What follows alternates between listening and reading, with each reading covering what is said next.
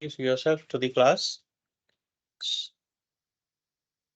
Myself, Kundan Sharma, and I'm currently working in Adani Wilmar from the MSI company, and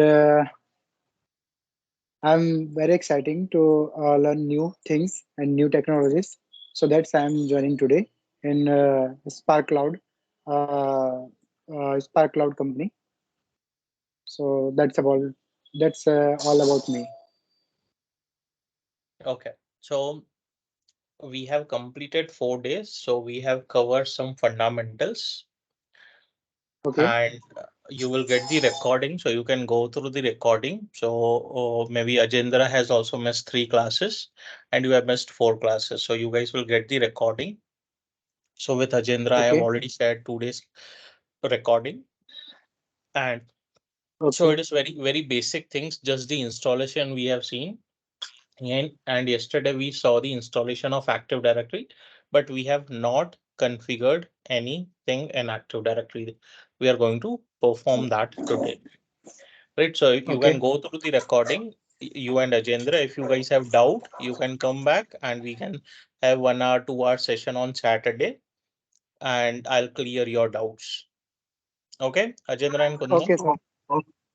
Okay, sir. Okay. Okay, so just a reminder, we will be having lectures Monday to Friday, 9 to 10 p.m. evening, right? सोमवार થી શુક્રવાર 9 થી 10 વાગે સાંજે. And you guys need to practice, so it is recommended that you should have at least 8 GB of RAM. Right, so let me give the configuration and an understanding what is the minimum thing required to perform the practicals.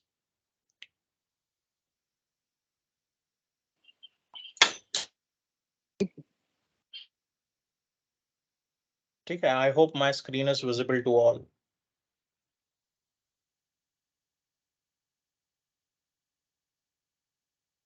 Yeah, very good. Okay, so we require a physical machine, so it can be a desktop or laptop, right? So it can be a desktop or laptop. Now this desktop laptop should have at least 8 GB of RAM,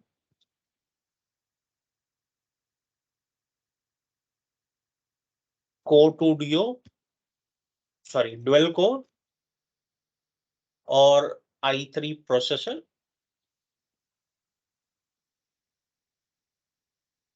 with at least 4 cores. At least 4 cores, and you should have 500 GB of free space. 500 GB of free space. So this is the minimum thing required. And yes, what VT should be enabled. So virtualization should be enabled. So अगर आपका laptop पिछले 5 साल में लिया हुआ है या 7 साल में लिया हुआ है तो उस पे VT enabled आता है, virtualization enable आता है. अगर enabled नहीं है, आपने VMware वर्कस्टेशन इंस्टॉल किया और एरर दे रहा है, तो आप जिस भी कंपनी का लैपटॉप है और मॉडल नंबर है वो गूगल पे सर्च कर सकते हो कि बायोस में हम वर्चुअलाइजेशन कैसे एनेबल कर सकते हैं, आपको ऑप्शन मिल जाएगा. सो ये हमारा हार्डवेयर कॉन्फ़िगरेशन होना चाहिए आपके डेस्कटॉप लैपटॉप का.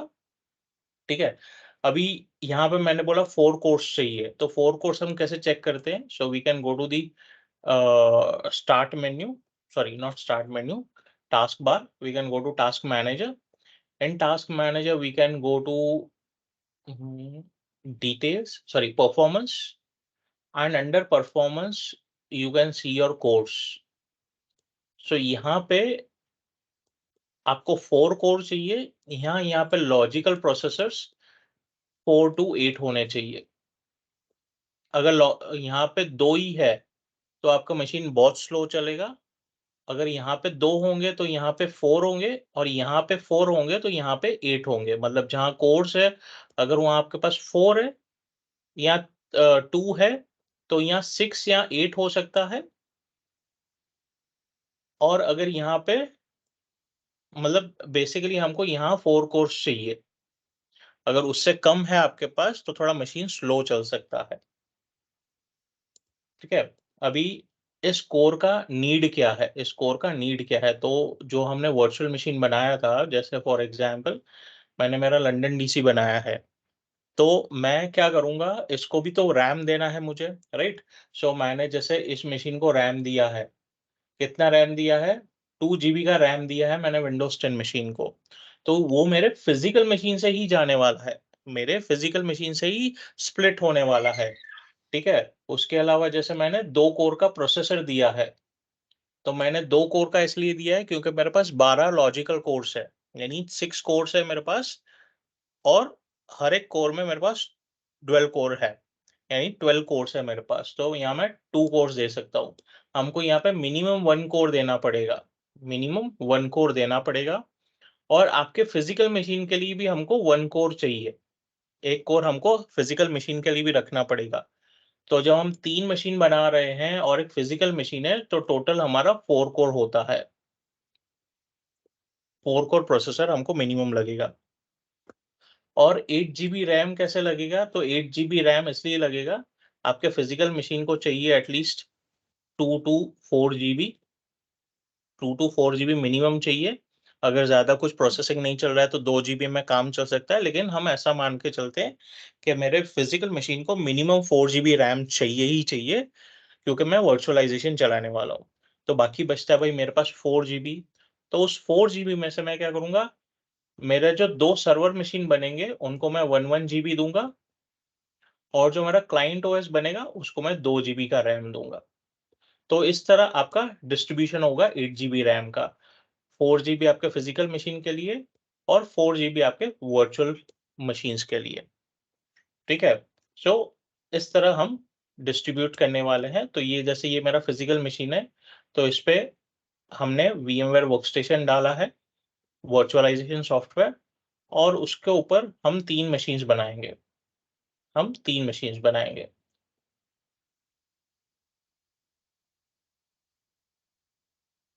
अभी जो ये 3 मशीन्स बनेंगे, आपको सर्वर कोर नहीं इंस्टॉल करना है। जो हमने सर्वर कोर का लैब देखा है, वो अंडरस्टैंडिंग के लिए देखा है, आपको वो इंस्टॉल नहीं करना है। ठीक है, आप कौन से 3 मशीन्स डालोगे? तो एक डालोगे लंदन डीसी, जो मैंने लंदन डीसी बनाया है। ठीक है, वो मेरा विंडोज सर्वर मशीन बनेगा, विंडोज सर्वर 2019 का मशीन है।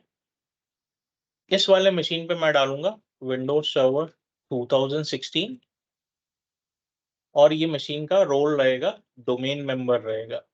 ये मेरा मशीन डोमेन मेंबर रहेगा, मशीन का नाम होगा मेरा डी मेंबर 01, डी मेंबर 01। और थर्ड मशीन जो मेरा रहेगा क्लाइंट, सो ये मेरा रहेगा विंडोज 10, और ये मशीन का रहेगा नाम क्लाइंट 01। ये 3 मशीन ही आपको बनाने हैं। अगर आपके लैपटॉप पे 16 जीबी रैम है, लेकिन कोर्स 4 ही है, तो भी हम 3 ही मशीन बनाएंगे। आप लोग 3 ही मशीन बनाओगे, उससे ज़्यादा नहीं बनाओगे। लेकिन अगर आपके पास 16 जीबी रैम है और कोर भी ज़्यादा है, अगर आपके पास 16 जीबी रैम है और कोर भी ज़्यादा है, तो आप 5 मशीन तक बना सकते हो। जो मैं लैब्स दिखाऊँगा वो सब कर पाओगे। अभी मेरा सिस्टम हो सकता है थोड़ा फ़ास्ट चले, या मैं 5 से ज़्यादा मशीन भी बना सकता हूँ, क्योंकि मेरे लैपटॉप पे 32 जीबी रैम है। मैंने अपग्रेड किया हुआ है इसको, मेरे पास 32 जीबी रैम है, तो मैं 6 मशीन आराम से चला सकता हूँ। लेकिन ज़रूरी नहीं वो सेम एनवायरनमेंट आपके लैपटॉप पे चलेगा। लेकिन हमको जो भी लैब्स करने हैं उसमें 85% लैब्स हमारे इन 3 मशीन पे ही हो जाएँगे। हमारे 85% लैब्स इन 3 मशीन पे ही हो जाएँगे, क्योंकि हमको कांसेप्ट समझना है, और वो इम्प्लीमेंट और कॉन्फ़िगर कैसे करते हैं, उसे मैनेज कैसे करते हैं, ये देखना है। तो हमारा 3 मशीन पे ही काम हो जाएगा। ठीक है? अगर आपको एक्स्ट्रा बनाना है तो आप फ्री हो, अगर आपके लैपटॉप पे कॉन्फ़िगरेशन अच्छा है तो। नहीं तो हमारा इस पे काम हो जाना है 85%। बाकी का जो 15% है वो मैं मेरे मशीन पे तो लैब्स दिखाऊँगा ही दिखाऊँगा, लेकिन ज़रूरी नहीं है आप उसे करो, क्योंकि वो सिमिलर लैब वैसा हम लंडन डीसी या डी मेंबर पे तो देखने ही वाले हैं। ओके, सो यहाँ तक क्लियर है सबको? Anyone has doubts? Santosh sir, hmm sir actually मेरा कुछ नेटवर्क इशू था, तो मुझे कुछ हम्म विजिबल नहीं हो पा रहा था, सो मैंने रीज्वाइन किया है। तो ये जो आपने ये दो 19 सर्वर एंड 2016 सर्वर, ठीक है, हम्म। ये और विंडोज 10 हमारा ये सिस्टम है, करेक्ट? ये जो लंदन डीसी डी हाँ, ये मेंबर 1, तीन वर्चुअल मशीन्स ओके, बनाएंगे। तीनों वर्चुअल मशीन है। हाँ, 3 वर्चुअल मशीन्स ओके, बनाएंगे। और हमारा जो फिजिकल रहेगा, जस्ट अ मोमेंट मैं पेन ले लेता हूँ। यानी ये मेरा लैपटॉप या डेस्कटॉप है। मेरे लैपटॉप या डेस्कटॉप का ये कॉन्फ़िगरेशन होना चाहिए। और ठीक उस है, पे हमने डाला है VMware वर्कस्टेशन, ओके, जो वर्चुअलाइजेशन सॉफ्टवेयर है, और उस पे हमने ये 3 वर्चुअल मशीन्स डिप्लॉय तीन वर्चुअल करेंगे। मशीन है, करेक्ट, हम्म करेक्ट, ठीक है। अंडरस्टूड मतलब सर, ये अंडरस्टूड। जो मैंने मशीन नेम दिए है ना, ये 3 मशीन आपको जरूरी बनाने हैं, ठीक है। करेक्ट, लेकिन मैं इन 3 से ज्यादा मशीन बनाऊंगा। मैं 6 मशीन तक डिप्लॉय करूंगा। आपको 6 मशीन डिप्लॉय करने की जरूरत नहीं है आपको, लेकिन ये 3 नीड चाहिए। इन 3 से ही हमारा 85% लैब्स हो जाएगा।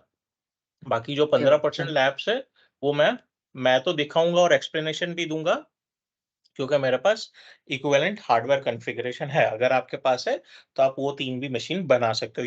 You guys are free, okay, ठीक है। सो ओके ये हम कैसे VMware वर्कस्टेशन इंस्टॉल कैसे करना है, वो बेसिक चीजें हैं। उसका कॉन्फ़िगरेशन मैंने डे 1 पे दिखा दिया है, वो आपको रिकॉर्डिंग वाले वीडियो में मिल जाएगा। उसके बाद भी ओके, अगर कुछ चैलेंजेस है, सो हम सैटरडे को बैठ के उसको देख सकते हैं। 1-1.5 घंटे का हम इसी कॉल पे आ जाएंगे, मॉर्निंग में या इवनिंग में, ठीक है। और जो भी डाउट्स है, किसी के भी डाउट्स है, तो हम देख लेंगे। मतलब ये एक एक वीक में, मतलब आज हमको 1 वीक कंप्लीट होगा, 5 दिन कंप्लीट होंगे, यानी 1 वीक कंप्लीट होगा। तो इस 1 वीक में जिसको भी कुछ भी डाउट्स है, तो हम सैटरडे को बैठ के डाउट्स क्लियर कर देंगे। नेक्स्ट सैटरडे से हम रिज्यूम नहीं करेंगे। और अब से हम अब से कोई भी नया बंदा इस बैच में ज्वाइन नहीं होगा, because today is the 5th day. अभी कोई भी नया बंदा आएगा, वो नेक्स्ट बैच में जाएगा, भले वो 30 दिन के बाद या 40 दिन के बाद बैच बनता है, उसको नेक्स्ट बैच में जाना है। Correct, okay, so we will start. So हमने लंदन डीसी इंस्टॉल किया। अभी द मोस्ट इंपॉर्टेंट थिंग, यहाँ पे जरूरी नहीं कि आप 19 ही डालो, आप 16 भी डाल सकते हो। और अगर आपने 19 डाउनलोड कर लिया है, तो आप दोनों 19 रख सकते हो, कोई इशू नहीं है। अगर आपके पास 16 है, 16 भी दोनों जगह पर रख सकते हो। तो हमारे जो भी मोस्ट ऑफ द प्रैक्टिकल्स है ना, दोनों ओएस पे हो जाएंगे। लेकिन मैं अलग अलग एनवायरनमेंट क्यों रख रहा हूँ, ताकि हमको पता चले दोनों में क्या डिफरेंस है, दोनों में क्या डिफरेंस है ओएस में। सो मैं एक मशीन 19 का बनाऊंगा, एक 16 का बनाऊंगा, एक विंडोज सर्वर 2022 का भी बनाऊंगा, ठीक है। सो आप 19 या 16 दोनों में से एक सिलेक्ट कर सकते हैं, और इन दोनों मशीन पे सेम ओएस डाल सकते हैं, कोई इशू नहीं होगा। बिकॉज जरूरी नहीं है कि आपके पास डाउनलोडिंग स्पीड अच्छी हो, या आपके मशीन पे उतनी जगह हो, क्योंकि एक ओएस डाउनलोड करोगे तो उसका ओएस का साइज है 5.8 GB, यानी अप्रोक्स 6 GB। तो 6 GB आपको डाउनलोड भी करना है और उसको सेव करके भी रखना है। तो इंटरनेट भी कंज्यूम होगा, प्लस स्पेस भी कंज्यूम होगा। तो मेरे पास सारा डाउनलोडेड है, और मेरे पास इंटरनेट भी अच्छा है। अगर मैं 6 GB डाउनलोड भी करूंगा, तो विद इन 5 to 10 मिनट्स हो जाएगा मेरा डाउनलोड। तो मुझे कोई चैलेंज नहीं है। लेकिन आप अपने सहूलत के अनुसार कोई भी एक वर्जन का ऑपरेटिंग सिस्टम ले सकते हैं। Okay, so now going back, हमने कल देखा इंस्टॉलेशन ऑफ एक्टिव डायरेक्टरी। सो हमने एक्टिव डायरेक्टरी इंस्टॉल किया, और हमको लास्ट में एक पॉपअप आया था कि promote this server as a domain controller, ठीक है। सो हमने ये भी समझा कल कि डोमेन कंट्रोलर किसे कहते हैं। A machine installed with active directory services is known as a domain controller. जिस मशीन पे हम एक्टिव डायरेक्टरी सर्विसेज इंस्टॉल करेंगे, उसे हम डोमेन कंट्रोलर कहेंगे। But that is partial statement correct, that is partial statement correct. Why? Because हमने क्या किया, हमने एक मशीन लिया, सर्वर ओएस वाला, विंडोज सर्वर 2019, ठीक है, अभी हम डोमेन मॉडल की बात कर रहे हैं, करेक्ट? हमने डोमेन मॉडल क्रिएट किया क्या? Did we created any domain model? Yes, Jagdesh, Bhavik, Ajendra, did we created domain model?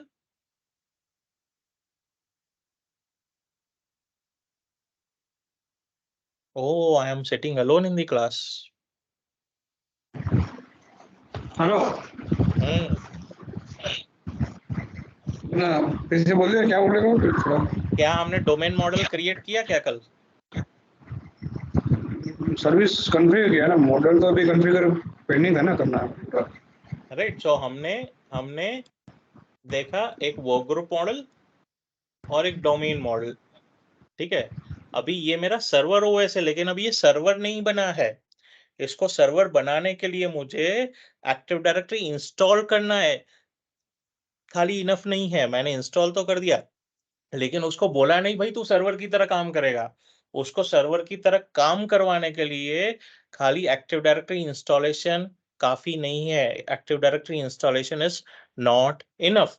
उसको मुझे एक्सप्लिसिटली बताना पड़ेगा, भाई तुझे सर्वर की तरह काम करना है तो तुझे एक्टिव डायरेक्टरी कॉन्फ़िगरेशन करना है, यानी तुझे डोमेन मॉडल कॉन्फ़िगरेशन करना है। यानी उसे हम टेक्निकली बोलते हैं promote this server as a domain controller. Promote this server as a domain controller. ठीक है, promote this server as a domain controller. इसलिए मैंने मेरे मशीन का नाम दिया है London DC. DC stands for domain controller. London is a location, मतलब ये मेरा डोमेन कंट्रोलर लंदन के डेटा सेंटर में पड़ा है। एग्जाम्पल, ठीक है, फिजिकली नहीं पड़ा है, फिजिकली बैंगलोर में ही पड़ा है मशीन, लेकिन हम ऐसा अज्यूम कर रहे हैं कि ये मेरा मशीन डोमेन कंट्रोलर है और वो लंदन के डेटा सेंटर में बैठा है। ठीक है, so that's why I have given the machine name as London DC. ठीक है, तो हम चल के इस मशीन को प्रमोट करते हैं एज अ डोमेन कंट्रोलर। सो हमारे पास कल पॉपअप आया था और उस पर एक ब्लू कलर का लिंक था, लेकिन हम तो स्मार्ट है, हमने तो क्लोज बटन दबा दिया, तो पॉपअप कहाँ से लाए? सो हमको पॉपअप की जरूरत नहीं है, हमको सिर्फ वो लिंक की जरूरत है। सो यहाँ पे फ्लैग आइकॉन है, फ्लैग आइकॉन के पास मेरा वार्निंग सिंबल है। सो वार्निंग फ्लैग आइकन यानी मेरा नोटिफिकेशन है, you can see it is showing notifications. इस पे मैं क्लिक करूंगा और ये मेरे पास लिंक अवेलेबल है, promote this server to a domain controller.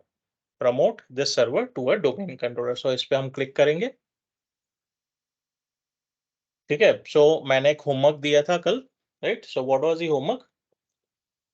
सो अगर मुझे एक्टिव डायरेक्टरी इंस्टॉल करना है तो 5 प्री रिक्विजिट्स है। ठीक है, फर्स्ट है, मैं इसको कलर अच्छा कर देता हूँ विजिबल। फर्स्ट है सर्वर ओएस चाहिए मुझे। सेकंड है एनटीएफएस पार्टीशन चाहिए। थर्ड है डीएनएस सर्विस चाहिए। फोर्थ डीएनएस डोमेन नेम चाहिए जो हमने sp.com लिया है। डीएनएस सर्विस हमने एक्टिव डायरेक्टरी के साथ इंस्टॉल किया। सर्वर ओएस हमारे पास है, एंटीफेस पार्टीशन भी है, वो भी हमने वैलिडेट किया था कल। और फिफ्थ हमको क्या चाहिए, कौन बताएगा? Domain controller. डोमेन कंट्रोलर नहीं, डोमेन कंट्रोलर तो हमको बनाने के लिए प्री रिक्विजिट है। डोमेन कंट्रोलर बनाने के लिए ये चाहिए सारी चीजें। ठीक है, सो फिफ्थ और एंड मोस्ट इंपॉर्टेंट थिंग, हमको चाहिए स्टैटिक आईपी एड्रेस। हमको चाहिए स्टैटिक आईपी एड्रेस। सो मैंने मेरे लंदन डीसी मशीन को आईपी एड्रेस दिया है 10.100, right? We have assigned IP address as 10.100 with /24 subnet mask। हमने ये static IP address already configure किया था द डे बिफोर, यानी हमने कॉन्फ़िगर किया था मंडे को। हमने कॉन्फ़िगर किया था मंडे को when we did the installation of London DC machine. जब हमने विंडोज सर्वर डाला था, इंस्टॉल किया था, तब हमने ये स्टैटिक आईपी एड्रेस कॉन्फ़िगर किया था और उस कंप्यूटर का नेम चेंज किया था as London DC. So static IP address भी मेरे पास है। सारी 5 प्री रिक्विजिट्स हमने फुलफिल करके कल इंस्टॉल किया एक्टिव डायरेक्टरी सर्विसेज को, और अभी हम उसे प्रमोट करेंगे एज अ डोमेन कंट्रोलर। तो यहाँ पे मुझे सबसे ज्यादा चाहिए, सबसे इंपॉर्टेंट चीज चाहिए डीएनएस डोमेन नेम, क्योंकि सर्वर ओएस मेरा आ गया, एनटीएफएस पार्टीशन आ गया, डीएनएस सर्विस हमने इंस्टॉल कर दिया, ठीक है। यानी मैंने स्टैटिक आईपी एड्रेस भी दे दिया, सर्वर ओएस भी मैंने इंस्टॉल कर दिया, एनटीएफएस पार्टीशन भी खुद से वो बन गया था, हमने देख लिया था, डीएनएस सर्विस भी हमने इंस्टॉल कर दिया, लेकिन हमने जो डीएनएस डोमेन नेम है कहीं पे भी नहीं डाला है। यानी बाकी चार चीजें हमने यूटिलाइज कर दी, फोर्थ नंबर की चीज हमने अभी यूटिलाइज नहीं की है, जो है डोमेन नेम, ठीक है। सो अभी हम एक्टिव डायरेक्टरी जब प्रमोट करेंगे एज अ डोमेन कंट्रोलर, ठीक है, मशीन को, तो हमको वो डोमेन नेम डिफाइन करना है। सो अभी सबसे important, the three important things we have here. So first option is add a domain controller to an existing domain. Second is add a new domain to an existing forest. Third is add a new forest. So इसमें से मुझे कौन सा option select करना चाहिए, हम पूछेंगे भाविक से। यस भाविक, इसमें से कौन सा ऑप्शन मुझे सिलेक्ट करना चाहिए?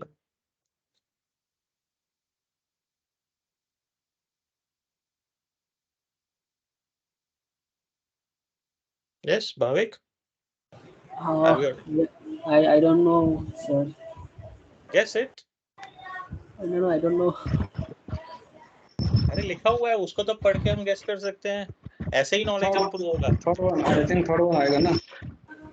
कौन सा आएगा? सर एग्जिस्टिंग डोमेन में ही हमको करना है because of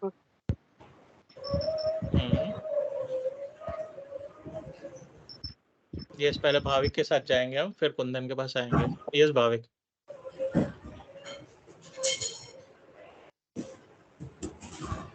I think Santosh sir, I don't know about that options. ठीक है, तो कुंदन से पूछते हैं। Yes Kundan, your perspective.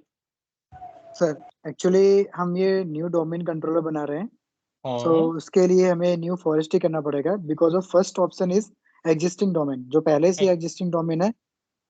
सो हमें I think third option choose करना पड़ेगा for the new forest. Correct. So हमको न्यू फॉरेस्ट बनाना है, क्यों? सो फॉरेस्ट क्या है, we will study after 3-4 days in structure of AD. So now the first option क्या बोल रहा है, एडेड डोमेन कंट्रोलर, यानी बोलता है आप डोमेन कंट्रोलर ऐड करो एग्जिस्टिंग डोमेन में। क्या हमारे पास एग्जिस्टिंग डोमेन है? हमारे पास एग्जिस्टिंग डोमेन नहीं है, हम बना रहे हैं, ठीक है। So first option is not applicable. Second बोल रहा है आप नया डोमेन ऐड करो एग्जिस्टिंग फॉरेस्ट में, तो क्या एग्जिस्टिंग फॉरेस्ट है हमारे पास? वो भी नहीं है। तो हम भले नया डोमेन ऐड कर रहे हैं, लेकिन एग्जिस्टिंग तो हमारे पास कुछ भी नहीं है, सब कुछ नया कर रहे हैं। So we will go with the third option, add a new forest. So यहाँ बोल रहा है, so we will select add a new forest. So बोल रहा है give the root domain name, the first domain name in your forest. So यहाँ पे हम हमारा डोमेन डालेंगे sp.com. As I instructed yesterday, don't use .com extension, .com, .in, .net, .in. ठीक है, कोई भी पब्लिक डोमेन एक्सटेंशन नहीं यूज करना है आपको। Use only .local, use only .local। अब ये sp.com मेरा खुद का डोमेन है, so I will be able to use. नहीं तो अगर आप कुछ .com, .in, .net, .in use करोगे तो वो इंटरनेट पे वैलिडेट करने जाएगा और वो प्रॉब्लम क्रिएट कर सकता है। So use your name .local without spaces. Domain name हमारा टोटल इन 6 कैरेक्टर के साथ 15 कैरेक्टर से ज्यादा नहीं होना चाहिए। यानी यहाँ पे आगे आप और 9 कैरेक्टर्स लगा सकते हो। आई वुड सजेस्ट जितना शॉर्ट रखोगे उतना अच्छा रहेगा। जैसे कुंदन है तो कुंदन .local रख सकता है, जगदीश .local रख सकता है, भगीरथ अपना नाम रख सकता है, अगर उसे छोटा कर सकता है तो it is well and good, ठीक है। So this is how you can keep it, right. So हम यहाँ पे हमारा डोमेन नेम कॉन्फ़िगर करेंगे sp.com, और अब हम जैसे ही नेक्स्ट करेंगे वो वैलिडेट करने जाएगा। अभी मेरे मशीन पे इंटरनेट नहीं है, इसलिए मुझे टेंशन नहीं लेना है। उसने फटाफट नेक्स्ट स्क्रीन दे दिया मुझे। अभी यहाँ पे हमको दिखा रहा है फॉरेस्ट फंक्शन लेवल और डोमेन फंक्शन लेवल 2016। भाई मैं तो 2019 डाल रहा हूँ, तो 2016 क्यों दिखा रहा है? चलो हम देखते हैं 2019 का ऑप्शन है क्या। 2019 का ऑप्शन ही नहीं है, कोई इशू नहीं है। हम अभी फिलहाल क्या करते हैं, 2012 R2 ले लेते हैं दोनों जगह पे। ठीक है, अभी अगर मैं यहाँ पे 2008 देता हूँ तो यहाँ पे मेरे को सारे ऑप्शंस मिल रहे हैं, लेकिन अगर मैं यहाँ पे 2012 R2 देता हूँ तो मुझे 2012 R2 के ऊपर वाले ही ऑप्शंस मिल रहे हैं, उससे नीचे वाले नहीं मिल रहे हैं। ये ऐसा क्यों हो रहा है, we will see later on. मैंने 2012 R2 इसलिए डाला है क्योंकि मैं एक और मशीन बनाऊंगा, फोर्थ सर्वर, जिसपे मैं विंडोज सर्वर 2012 R2 इंस्टॉल करूंगा, इसलिए मैंने अभी फिलहाल 2012 R2 सिलेक्ट किया हुआ है, right. So that's why I have selected Windows server 2012 R2 at both the locations. ये हम बाद में इंक्रीज भी कर सकते हैं, that we will see in future sessions. अभी यहाँ पे मेरे पास 3 ऑप्शन है, RODC है जो डिसेबल्ड भी है और अनचेक्ड भी है।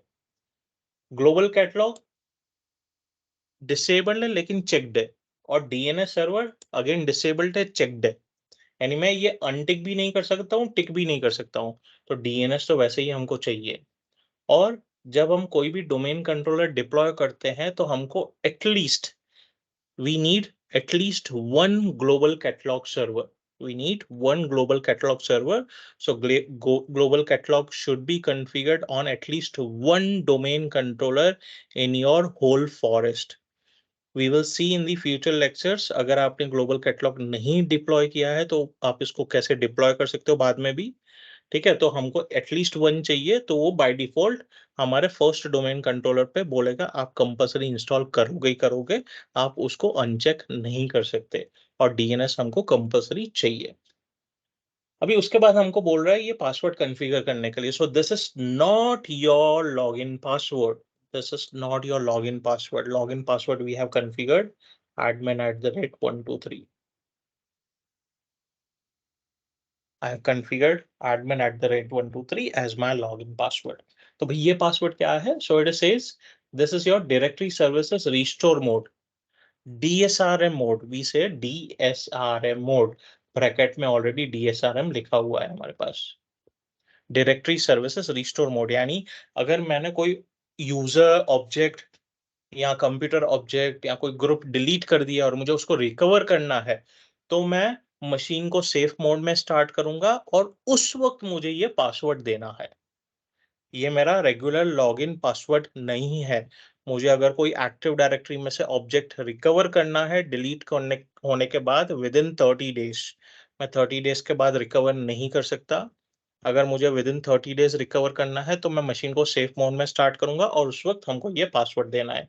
Yes Kundan, you want to speak something? Sir, can you repeat it, sir? This topic.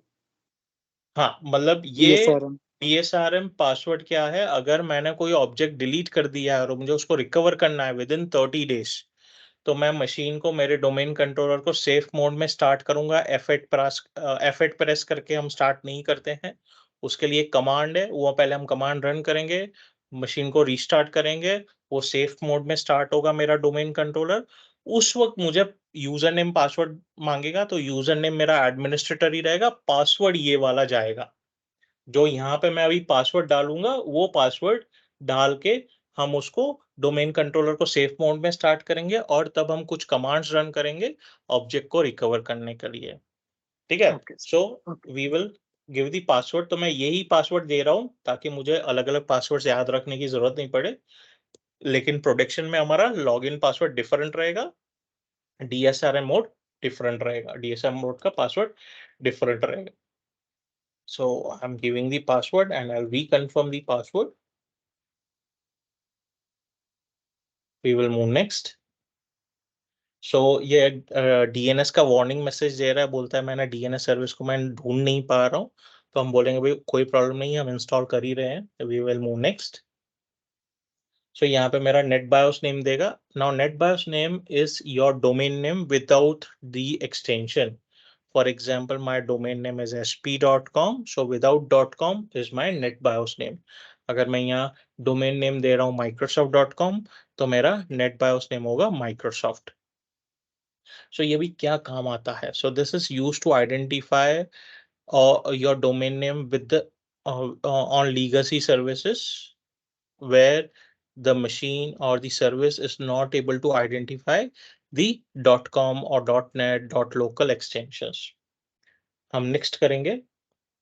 अभी यहाँ पे हमको 3 पाथ मिलेंगे विच आर वेरी इंपॉर्टेंट। अभी मैं उसको पाथ को चेंज नहीं करने वाला हूँ। प्रोडक्शन में it is not recommended that you should keep your paths in C drive. अभी ये मेरा लैब एनवायरनमेंट है, it is a demo environment, so यहाँ पे मैं सी ड्राइव में रखूंगा तो कोई आपत्ति नहीं है, बिकॉज एक महीने के बाद या 2 महीने के बाद मैं मशीन को डिलीट कर देने वाला हूँ। सो this is not my permanent machine. ठीक है, लेकिन प्रोडक्शन में हम ई ड्राइव एफ ड्राइव मतलब नॉन ओएस पार्टीशन देंगे, नॉन ओएस पार्टीशन, ताकि अगर मेरा ओएस क्रैश भी होता है तो मेरा डेटा नहीं जाएगा। ठीक है, सो अभी 3 चीजें, यानी फर्स्ट में मेरा डेटाबेस फोल्डर रहेगा, यानी एक्टिव डायरेक्टरी का डेटाबेस रहेगा। सेकंड में मेरा लॉग फाइल्स रहेगा, एक्टिव डायरेक्टरी के सारे लॉग्स रहेंगे। तो दोनों पाथ मेरे सेम है, C Windows NTDS, C Windows NTDS. Third में मेरा सिसवॉल फोल्डर रहेगा which is C Windows SYSVOL. So SYSVOL folder क्या है? सिस्टम वॉल्यूम कहते हैं हम इसे। इसमें मेरी ग्रुप पॉलिसीज, यानी मैं जो भी पॉलिसीज पुश करूंगा डोमेन में, भाई मेरे यूजर को क्लॉक नहीं दिखना चाहिए या मेरा यूजर वॉलपेपर नहीं चेंज कर सकता, वो सारी पॉलिसीज इसमें आके लैंड करेगी और इस फोल्डर से सारे यूजर्स को डिस्ट्रीब्यूट की जाएगी। सो वो फोल्डर है। ठीक है, अभी नाउ द इम्पोर्टेंट थिंग। सो एनटीडीएस का फोल्डर बन रहा है और इसमें मेरा this is my database folder, यानी मेरा एक्टिव डायरेक्टरी का डेटाबेस यहाँ आके स्टोर होगा। तो भाई मैं कैसे पहचानूंगा ये एक्टिव डायरेक्टरी का डेटाबेस है? तो यहाँ पे हमारी एक फाइल बनती है ntds.dit, ntds.dit, ntds.dit, which stands for New Technology Directory Services, New Technology Directory Services, Directory Information Tree, Directory Information Tree। यानी मेरा जो भी एक्टिव डायरेक्टरी का डेटाबेस है वो इस फाइल में रहेगा और ये फाइल मेरी रहेगी सी विंडोज एनटीडीएस के फोल्डर में। ठीक है, वी विल मूव नेक्स्ट। तो यहाँ पे मेरे को रिव्यू ऑप्शंस दे रहा है, भाई आपने क्या क्या सिलेक्ट किया है। अच्छा, अभी मुझे यही सेम कॉन्फ़िगरेशन किसी और मशीन पे डिप्लॉय करना है तो मैं यहाँ पे व्यू स्क्रिप्ट कर सकता हूँ। अभी व्यू स्क्रिप्ट किया तो ये मुझे पावरशेल का स्क्रिप्ट लाके दे रहा है कि आप ये पावरशेल का स्क्रिप्ट जाके दूसरे मशीन पे रन कर सकते हो। हाँ, अगर आपके ऑप्शंस डिफरेंट है we can change the options और मैं इसको फाइल को सेव एज भी कर सकता हूँ। ये मेरा पावरशेल का स्क्रिप्ट है, यानी बेसिकली ये सारी चीजें इस फॉर्मेट में पावरशेल कमांड एग्जीक्यूट करेगा बैकएंड में और ये मेरा एक्टिव डायरेक्टरी कॉन्फ़िगर हो जाएगा, डोमेन कंट्रोलर प्रमोट हो जाएगा। सो ये मेरा सर्वर अभी सिर्फ सर्वर ओएस है, यानी वर्क ग्रुप मशीन है, लेकिन जैसे ही मैं नेक्स्ट करूंगा और इंस्टॉल करूंगा वो प्रमोट हो जाएगा डोमेन कंट्रोलर, यानी उसका प्रमोशन हो जाएगा। अभी वो नॉर्मल मशीन नहीं है, पीयर नहीं है, इक्वल नहीं है, वो मैनेजर बन गया है, example.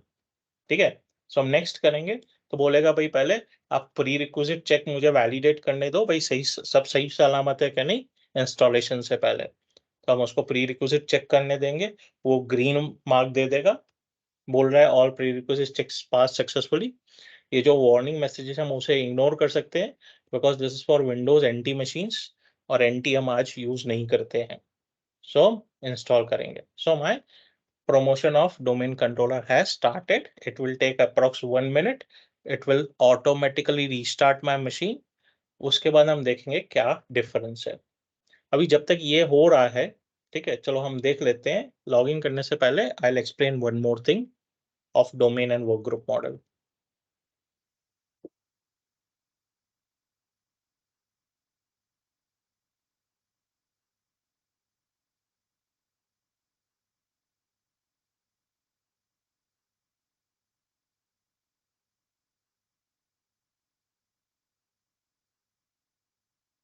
Right, so it is saying the computer is being restarted because Active Directory domain services was installed or removed. So हमने इंस्टॉल किया है, रिमूव तो किया नहीं है, वो ऑटोमेटिक रीस्टार्ट करेगा, मेरे को कुछ करने का जरूरत नहीं है।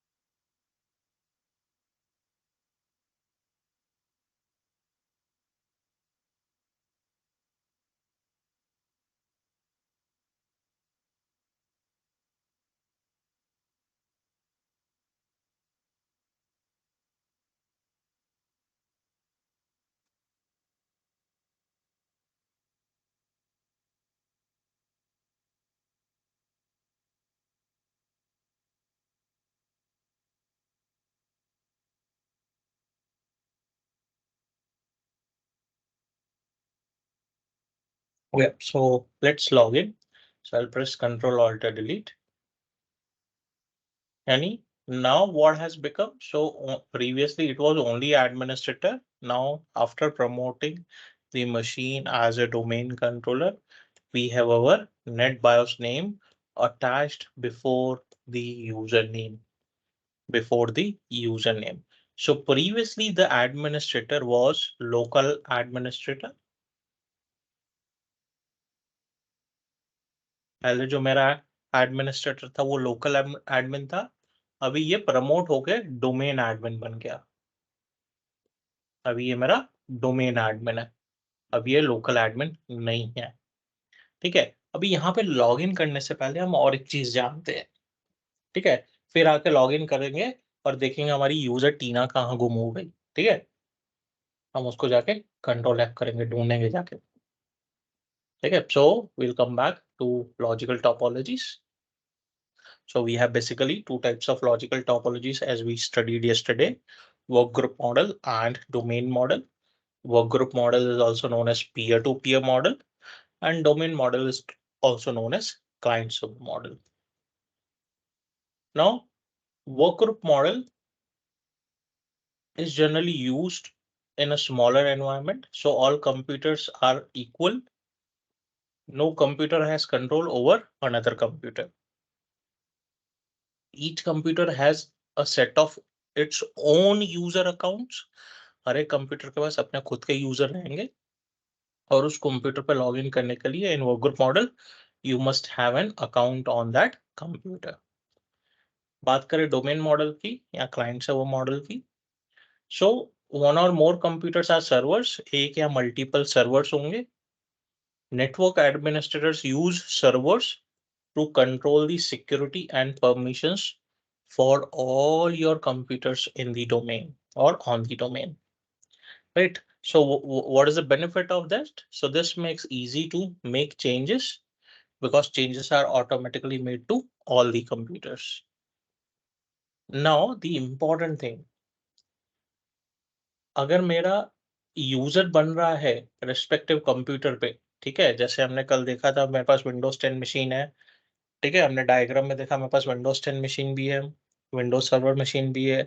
अगर मैं विंडोज 10 पे टीना यूजर बना रहा हूँ और विंडोज सर्वर पे भी टीना यूजर बना रहा हूँ, तो दोनों मशीन पे अलग अलग यूजर है टेक्निकली। भले सेम बंदा उस यूजर में लॉग इन कर रहा है, that is a different story, but technically both users are different. So मेरा यूजर जो बनता है लोकल मशीन पे वर्क ग्रुप मॉडल में, ठीक है, सो वो स्टोर कहाँ होता है? वो स्टोर कहाँ होगा भाई? डोमेन मॉडल में तो मुझे पता चल गया ये एक्टिव डायरेक्टरी में स्टोर होता है और मेरा डेटाबेस नाम है ntds.dit।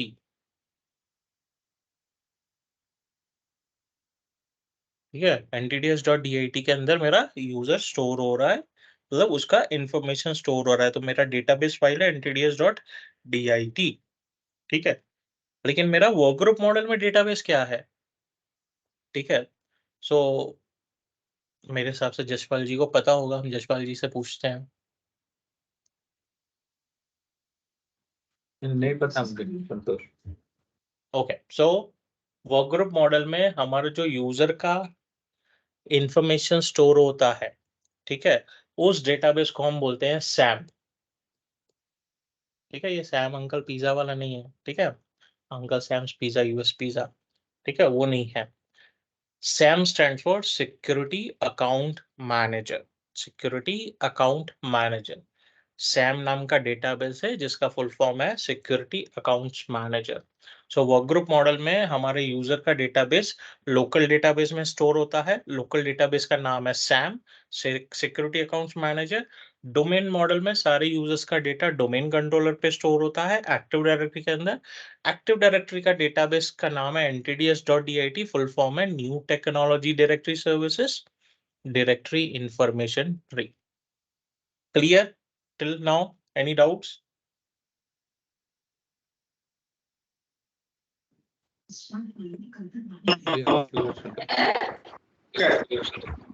Okay, so let's move ahead. ठीक है, अभी हम चलते हैं डोमेन कंट्रोलर पे। Let's log in.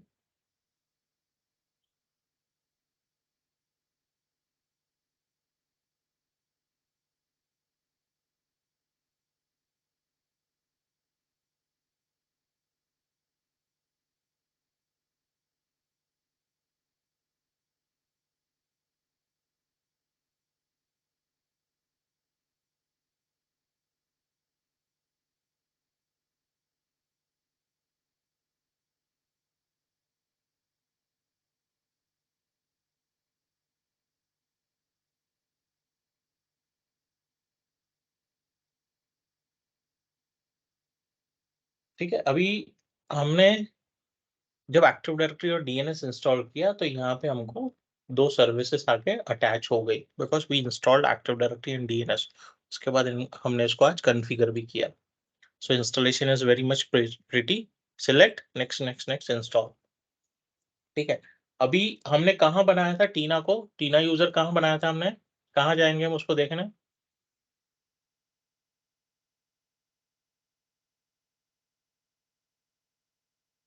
कहाँ बनाया था हमने यूजर टीना कल? LUSR MGR. Right, so we went to run LUSR mgr.msc local users management console. हम एंटर मारेंगे तो बोलता है भाई मैं नहीं बताऊंगा आपको LUSR mgr कहाँ गया। कहाँ गया मेरा user Tina? Tina is missing. जाके पुलिस स्टेशन में FIR लिख देते हैं भाई टीना मिसिंग हो गई। तो पुलिस वाला बोलेगा भाई मिसिंग नहीं है, ठीक है, the computer London DC is a domain controller now, उसका प्रमोशन हो गया है। Right, so this snapping can not be used on a domain controller. ये स्नैपिंग हम यूज नहीं कर सकते हैं डोमेन कंट्रोलर के। भाई यूजर्स कहाँ गए हमारे? So domain accounts are managed with active directory users and computer snapping. They are managed with Active Directory users and snapping. So हम चलते हैं Active Directory users and computers के कंसोल में। भाई है कि नहीं टीना? ये गुम हो गई तो हमको पुलिस स्टेशन जाना संतोष पड़ेगा सर, उसके लिए। या संतोष सर, ये जो लंदन डीसी है, इट मीन्स कि अब ये लंदन डीसी ही मैनेज करेगा, करेक्ट? हाँ, so I am coming to that. ठीक है, अभी हम ओके। जाएंगे लोकल सर्वर में। ठीक है, अभी ये मेरा वर्क ग्रुप था और वर्क ग्रुप का नाम वर्क ग्रुप था। अभी ये मेरा डोमेन है और ये मेरा डोमेन नेम है। ठीक है, मैंने इस मशीन को डोमेन के साथ ज्वाइन नहीं किया है, इसको डोमेन बनाया है, यानी ये मेरा डोमेन सर्वर है, यानी इसी मशीन से मेरा पूरा डोमेन एनवायरनमेंट मैनेज होगा। क्लियर? ओके। ठीक है, अभी हम चल के टीना को ढूंढते हैं। So we'll go to tools और टूल्स के अंदर हमारे पास Active directory users and computers है। तो हम हमारा डोमेन नेम को एक्सपांड करेंगे और हमारे पास यूजर्स नाम का कंटेनर है यहाँ पे हमारे पास यूजर टीना है। Yeah, it is there. Yes yes. We have our user Tina here, यानी हमको पुलिस स्टेशन जाने की जरूरत नहीं है। ठीक है, फालतू में 100 200 500 देना पड़ते हैं हमको। ठीक है, so we have our user Tina here which is safe, the user is not deleted. Now this is not a local user, this is not a local user. Previously this machine was in workgroup model, so Tina was a local user. Now the user is promoted, now it is a domain user, it is a domain user. ठीक है, अगर मैं इसके properties में जाता हूं, ठीक है, और उसको मेंबर ऑफ में जाता हूं, so now you can C she is part of domain users group, she is part of domain users group. ठीक है, अभी हम चलते हैं क्लाइंट मशीन पे। ठीक है, हम चलते हैं क्लाइंट मशीन पे, रिज्यूम करते हैं और क्लाइंट मशीन को हम डोमेन के साथ ज्वाइन करेंगे। अभी हम इसको डोमेन के साथ ज्वाइन करेंगे। सो पहले हम लंदन डीसी पे जाते हैं। अभी लंदन डीसी मेरा डीएनएस सर्वर भी है, यस और no? Yes, Yes, yes. yes. Yes right, yes. So London DC में डीएनएस सर्वर। क्यों डीएनएस सर्वर है? Correct. लंदन डीसी पे मैंने दो सर्विसेज इंस्टॉल की है। First service is Active Directory domain services so it has become my domain controller, और दूसरी में DNS इंस्टॉल की है, सो ये मेरा DNS सर्वर भी है, right. So what is the IP address of my DNS server? मेरे DNS सर्वर का IP एड्रेस क्या होगा? 10.0.0.100. Correct. So my DNS server IP address is 10.100। तो भाई मेरे एक्टिव डायरेक्टरी सर्वर यानी मेरे डोमेन कंट्रोलर का IP एड्रेस क्या होना चाहिए? It's same. Correct, it is also same, क्योंकि मेरे एक ही सर्वर पे दो रोल है, यानी मेरा एक यूजर है सिमरन नाम का, उसको रिस्पॉन्सिबिलिटी है वो HR को डिपार्टमेंट को भी लीड करेगा, उसका रिस्पॉन्सिबिलिटी फाइनेंस डिपार्टमेंट को भी लीड करेगा, यानी उसको दो रोल दिए हुए हैं, वो दो डिपार्टमेंट का मैनेजर है। इन द सेम मैनर यहाँ पे हमने दो रोल इंस्टॉल किए हैं, यानी मेरा DNS सर्वर का IP एड्रेस भी 10.100 है और डोमेन कंट्रोलर का IP एड्रेस भी 100 है। ठीक है, अभी हम चलते हैं डोमेन कंट्रोलर पे पहले, और हम नेटवर्क प्रॉपर्टीज में जाएंगे, ncpa.cpl, इथरनेट प्रॉपर्टीज में जाएंगे, IP एड्रेस में जाएंगे। अभी यहाँ पे हमारे पास कुछ है प्रेफर्ड DNS में?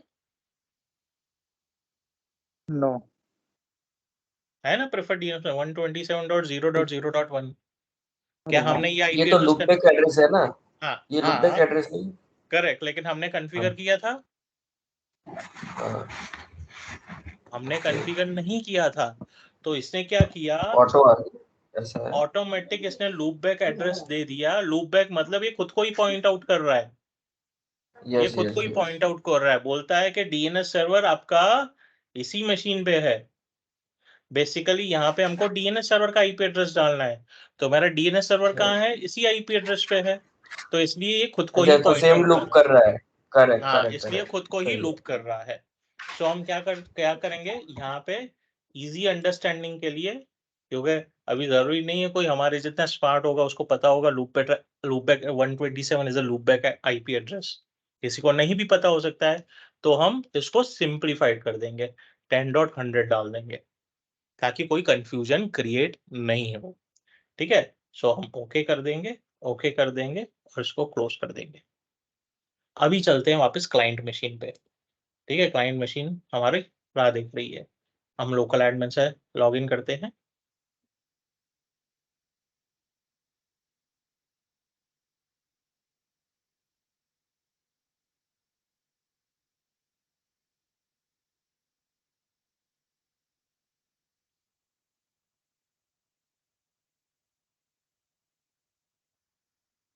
अभी हम इस मशीन को ज्वाइन करेंगे डोमेन के साथ।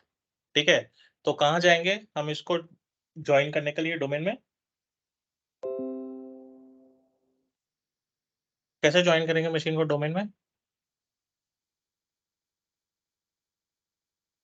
वो किसी को नहीं पता है? Click on my computer and तो ये ऑपरेटिंग सिस्टम है या सर्वर है?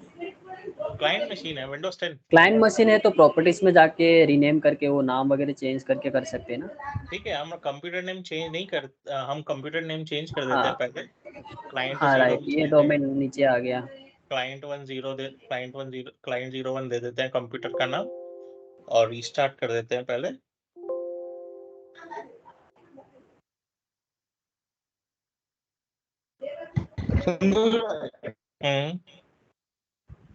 ये जगदीश અમે અહીંયા જો અમે રિસ્ટાર્ટ ના કરીએ મશીનને બરોબર, મતલબ કે અમે એને ક્લાયન્ટ કીધું બરોબર, અને પછી ડાયરેક્ટલી એને અમે નેમ ચેન્જ કર્યા પછી મતલબ રિસ્ટાર્ટ માંગે તો રિસ્ટાર્ટ ના આપીએ, અને ફરીથી જો ડોમેનમાં લઈએ તો એ જે જૂનું ડોમેન નેમ એ મતલબ જૂનું કમ્પ્યુટર નેમ એ જ લઈએ છે. ના એવું જરૂરી નથી, ક્યારે થઈ જાય, ક્યારે નહીં થાય, પણ બેટર છે રીસ્ટાર્ટ કરવું, તો એની રજિસ્ટ્રી અપડેટ થઈ જશે। જો ક્યારે રજિસ્ટ્રી અપડેટ નહીં થઈ તો ક્યાં જૂનું કમ્પ્યુટર નેમ બોલશે, ક્યાં નવું કમ્પ્યુટર નેમ બોલશે। Yes yes yes yes yes. Okay, so let's log in back again।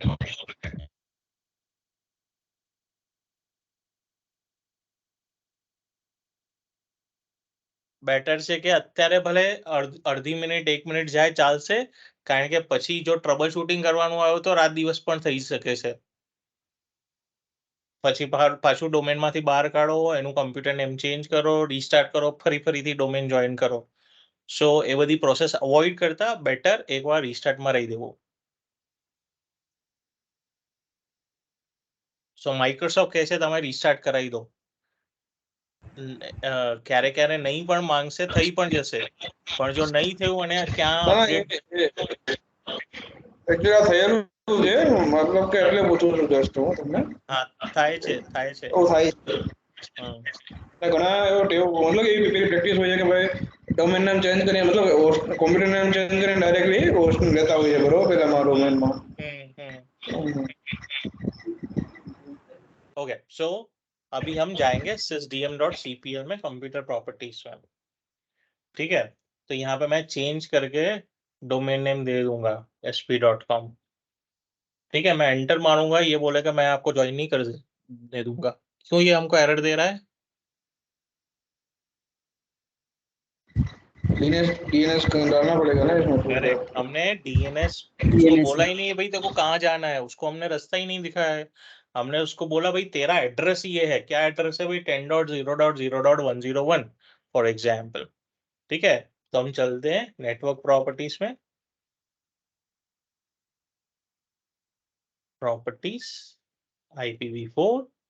ठीक है, हम इसको आईपी एड्रेस देते हैं 10.0.0.105/24 सबनेट मास्क, गेटवे 10.1 और DNS 10.100.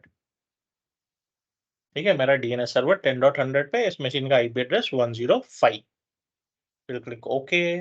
ओके, मेरा मशीन नेटवर्क में आ गया एंड क्लोज. इसको क्लोज करेंगे, फिर से ओके करेंगे, तो now it is taking the pop-up. It is able to reach or it is able to talk with my domain controller or domain services. यहाँ पे हम देंगे administrator @sp.com, password of the domain. अभी यहाँ पे जरूरत नहीं है मैं एडमिनिस्ट्रेटर डाल रहा हूँ, यानी प्रोडक्शन में हम एडमिनिस्ट्रेटर ही डालेंगे. हो सकता है एक्टिव डायरेक्टरी और कोई टीम मैनेज कर रही हो, तो हमको ऐसा अकाउंट दिया जाएगा जिसको परमिशन हो कि हम डोमेन में मशीन ज्वाइन करवा सकते हैं. ठीक है, तो वो अकाउंट हम प्रोडक्शन में डालेंगे. ठीक है, वो अकाउंट हम प्रोडक्शन में डालेंगे. So will click okay. तो अभी वो रीस्टार्ट करने को बोलेगा, welcome to the domain. Okay okay, close and restart.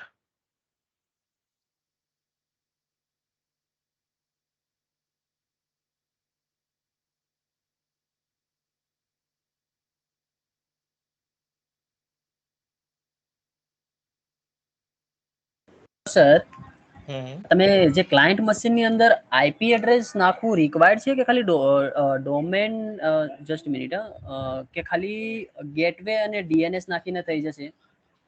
ના, પણ અત્યારે આપણી પાસે DHCP સર્વર નહીં ને, તો એને આઈપી એડ્રેસ કેવી રીતે મળશે?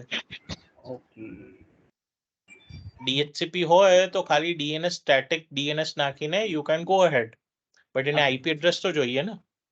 Okay okay, then we require IP. Okay, so we will see how to configure DHCP. ત્યારે આપણે આને IP એડ્રેસ હટાવી દઈશું. we'll see at that point. okay, right, so now if we go and log in, so here it is showing local admin. Here it was showing local admin as well as the user Tina. હવે Tina ગુમ થઈ ગઈ. If I click on other user, now it is saying sign into SP. Sign into SP. So I can type administrator. Right, so administrator ની spelling correct છે ને કે wrong છે?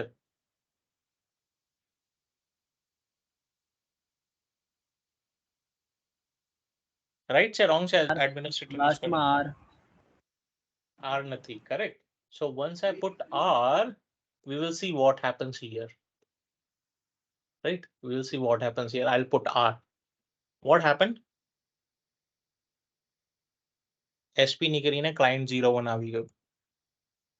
SP નીકળીને client 01 આવી ગયું.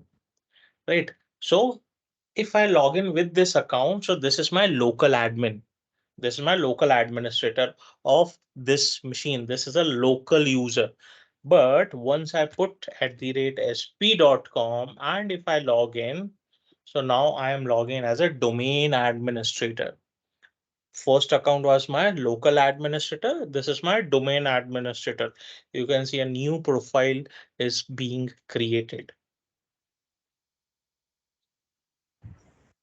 ઓકે ધેન લંડન ડીસી ની અંદર જસ્ટ વન ક્વેરી એકચ્યુઅલી એક ક્વેરી છે અગર જે લંડન ડીસી ની અંદર ટીના કરીને જે યુઝર છે બરાબર તો અગર એ હું ક્લાયન્ટ થ્રુ લોગિન કરવા જઈશ તો મારે tina@sp.com કરવું પડશે રાઈટ કરેક્ટ ઓકે એ આપણે જોઈશું હજી અહીંયા પણ ટીના છે ઓકે આ મશીન પર પણ આપણે યુઝર ટીના બનાવી છે બરોબર okay so if I go to બરોબર અહીંયા પણ આપણે યુઝર ટીના બનાવી છે noted right so if we go to local users lusr_mvr.msc users so I'm having still user tina here also so this is my local user of this machine that tina is my domain user right so એ બંનેમાં શું ફરક છે and what happens after both login on this machine શું change હશે that we'll see in tomorrow's session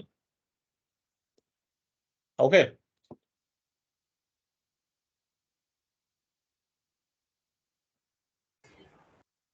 so first of all I'll stop the recording just a sec